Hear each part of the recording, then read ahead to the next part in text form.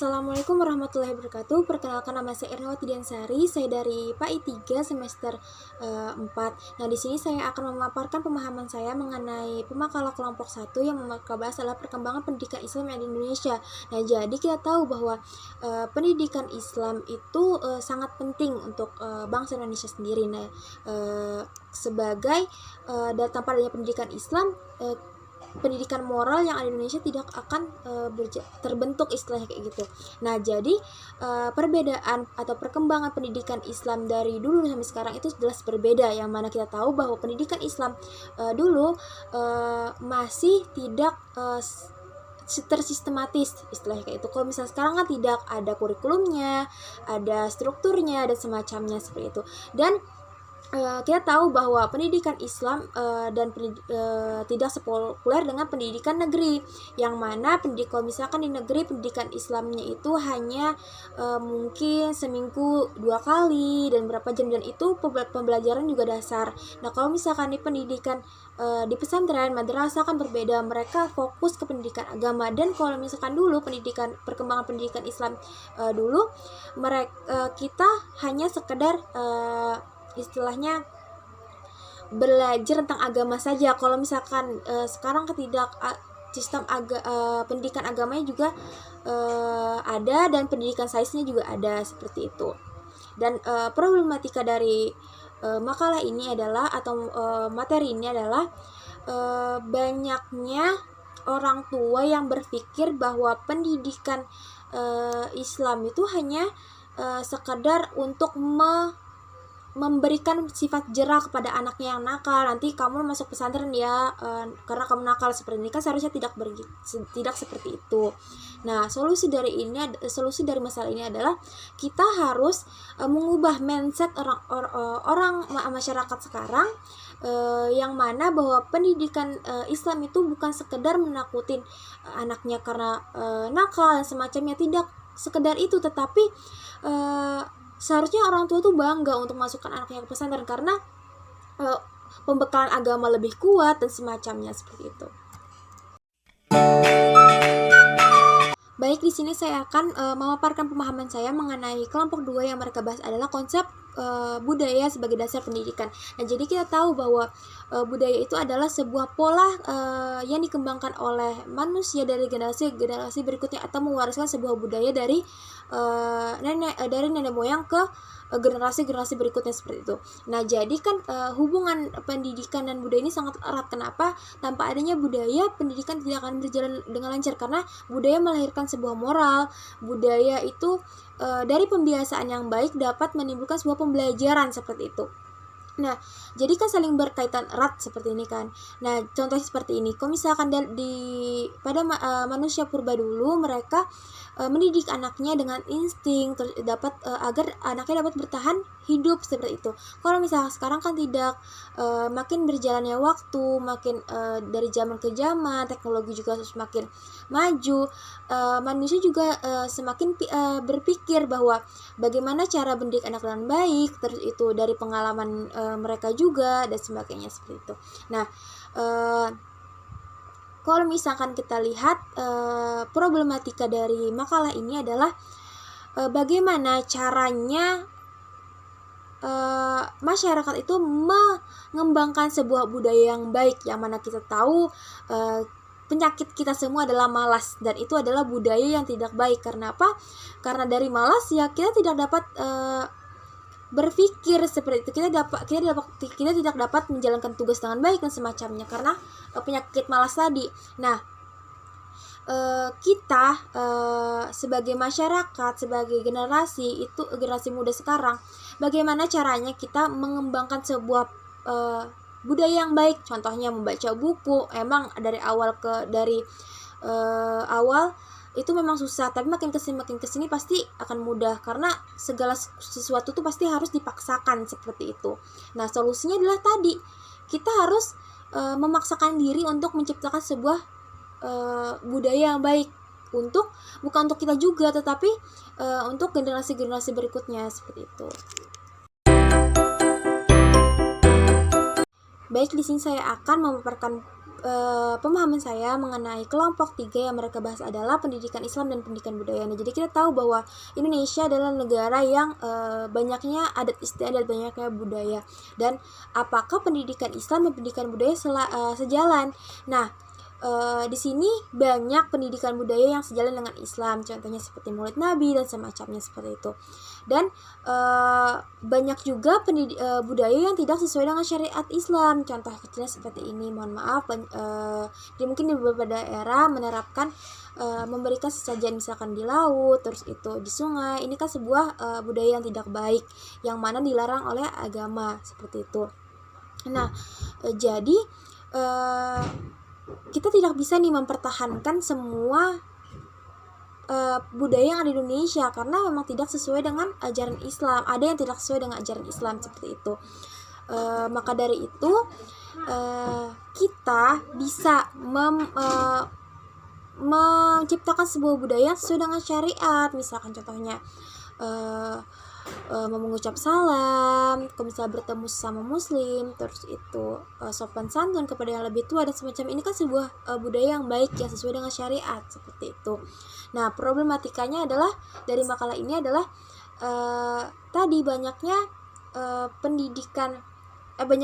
pendidikan budaya yang tidak sesuai dengan syariat, yang budaya-budaya di Indonesia itu tidak sesuai dengan syariat. Bagaimana solusinya? Yaitu kita harus menciptakan sebuah budaya yang sesuai dengan syariat. Kan ada nih beberapa budaya yang tidak sesuai dengan syariat, maka kita bisa meninggalkan budaya itu seperti itu. Baik, di sini saya akan mengutarakan pemahaman saya mengenai makalah kelompok 4 yang mereka bahas adalah dasar undang-undang wajib belajar. Kita tahu bahwa pendidikan adalah hal yang sangat terpenting dan kita juga membutuhkan pendidikan. Nah, dan kita tahu bahwa Indonesia adalah negara yang berkembang yang mana pendidikan itu masih belum dikatakan berhasil. Banyaknya anak yang di Indonesia itu tidak mendapatkan pendidikan, dan pendidikan Indonesia masih belum merata seperti itu. Tetapi pemerintah telah melaksanakan program pendidikan, program wajib belajar yang mana pendidikan 9 tahun 12 tahun ini adalah dari program ini pemerintah mewajibkan masyarakat yang ada di Indonesia itu mengikuti program pemerintah ini. Nah, kan program ini adalah program gratis yang mana pendidikan itu tidak berbayar seperti itu. Tetapi masih banyaknya orang tua yang berpikir bahwa pendidikan di Indonesia itu masih berbayar, seperti memang tidak bayar masuknya, tetapi kan seperti buku dan semacamnya pasti ada orang tua yang tidak mampu kan seperti itu. Dan kalau misalkan mengenai undang-undang, dalam undang-undang dasar itu juga mengatur tentang pendidikan. Undang-undang nomor 20 tahun 2003 tentang pendidikan nasional yang mana bahwa setiap warga negara itu berhak untuk mendapatkan pendidikan sepanjang hayat. Maka di sini sudah ditekankan bahwa undang-undang telah mengatur tentang pendidikan seperti itu.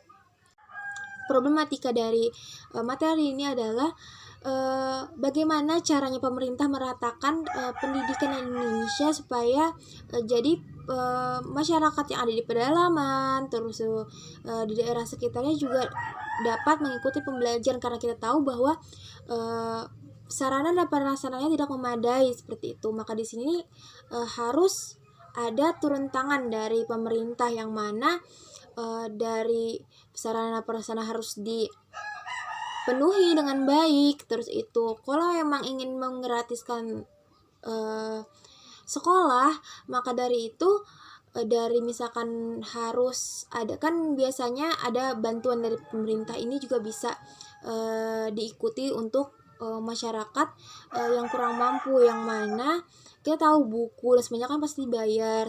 Pemerintah hanya menggratiskan sekolah tapi tidak dengan buku seperti itu. Bisa dengan cara lain, solusinya adalah dengan kan banyak tuh pemerintah menyediakan bantuan terhadap orang kurang mampu, bisa diikutin seperti itu. Baik, di sini saya akan mengutarakan pemahaman saya mengenai kelompok 5 yang mereka bahas adalah makna pendidikan Islam. Nah, jadi kita tahu bahwa pendidikan agama itu memang sangat penting untuk masyarakat kita, untuk dan diri kita sendiri, pasti pendidikan agama itu sangat penting kan. Nah, apalagi sekarang makin maraknya teknologi, semakin pesatnya teknologi yang ada, adab dan moral tuh makin mundur, yang mana ini adalah masalah besar seperti itu yang membutuhkan pendidikan agama. Nah, jadi seperti ini, apakah pendidikan Islam yang orang tua kita ajarkan itu sudah tertanam dalam diri kita? Makna pendidikan Islam yang sebenarnya itu apa sih untuk kita, seperti itu. Nah, jadi makin di zaman sekarang yang banyaknya fitnah seperti ini, pasti pendidikan agama makin kesini makin dilupakan, yang mana kebanyakan orang tua yang ada di Indonesia, mohon maaf, kebanyakan dari orang tua itu malah mementingkan intelektual anaknya, yang mana harus belajar mengenai sains, terus itu yang semacamnya. Nah, itu memang penting, tapi kenapa pendidikan agama itu harus dikesampingkan seperti itu? Ini kan berarti tidak adanya tertanam pendidikan Islam di hatinya, seperti itu. Nah, kita tahu bahwa pendidikan Islam itu sangat penting. Seharusnya orang tua yang harus menekankan pendidikan agama untuk anaknya, disekolahkan di tempat yang baik, terus itu dimasukkan ke pesantren yang baik, bukan hanya sekedar memfokuskan pada pendidikan sainsnya, pendidikan sosial dan semacamnya, seperti itu. Dan problematika yang sering kita dengar adalah maraknya misal generasi muda sekarang yang terjerumus ke mohon maaf, narkoba, perzinahan dan semacamnya. Berarti kan makna pendidikan ini tidak tertanam dalam dirinya kan. Nah, kenapa mereka masih melakukan itu? Berarti ada masalah terhadap dirinya, terhadap bagaimana dia menafsirkan agama, pendidikan agama yang didapatnya, seperti itu. Nah, solusi dari masalah ini adalah ya kalau misalkan dari kecil kan orang tua kita sudah mengajarkan pendidikan agama, terus di sekolah juga kita dapat. Nah, maka dari situ di sini perannya orang tua sangat penting. Kenapa? Dari kalau misalkan anak itu sudah dididik dari kecil tentang agama, terus itu dia tahu hukum agama, kalau misalkan berzina itu haram dan semacamnya. Kalau misalnya dididik dari kecil, terus itu dimasukkan ke lingkungan yang baik, dimasukkan ke sekolah yang baik, pasti saya yakin masalah ini tidak akan terjadi, seperti itu. Yang saya akan bahas adalah pendidikan prasekolah, yang mana kita tahu bahwa pendidikan prasekolah ini adalah pendidikan untuk usia dini, yang mana seperti TK, terus kelompok bermain dan semacamnya. Kan tujuan prasekolah ini adalah untuk melatih peserta didik dalam hal membaca, berhitung sambil bermain, yang mana untuk mempersiapkan peserta didik ini ke jenjang selanjutnya, ke jenjang pendidikan selanjutnya seperti SD, seperti itu. Dan banyak juga anak yang tidak mengikuti pendidikan prasekolah ini. Pentingkah pendidikan prasekolah? Menurut saya penting, karena di sini akan membantu anak dalam berkomunikasi, bersosial dan semacamnya, seperti itu. Nah, masalah dari pendidikan prasekolah ini adalah banyaknya anak yang tidak masuk di TK, dan ada pasti unsur ekonomi juga dan semacamnya, seperti itu. Solusi dari hal ini adalah kalau memang orang tuanya tidak ingin memasukkan anaknya di pendidikan prasekolah, maka orang tua harus ekstra dalam mengajarkan kepada anak, terus itu mengajarkan pendidikan kepada anak seperti membaca, menulis, terus itu semacamnya, dengan cara yang anak itu senang, dengan cara yang menyenangkan, seperti itu.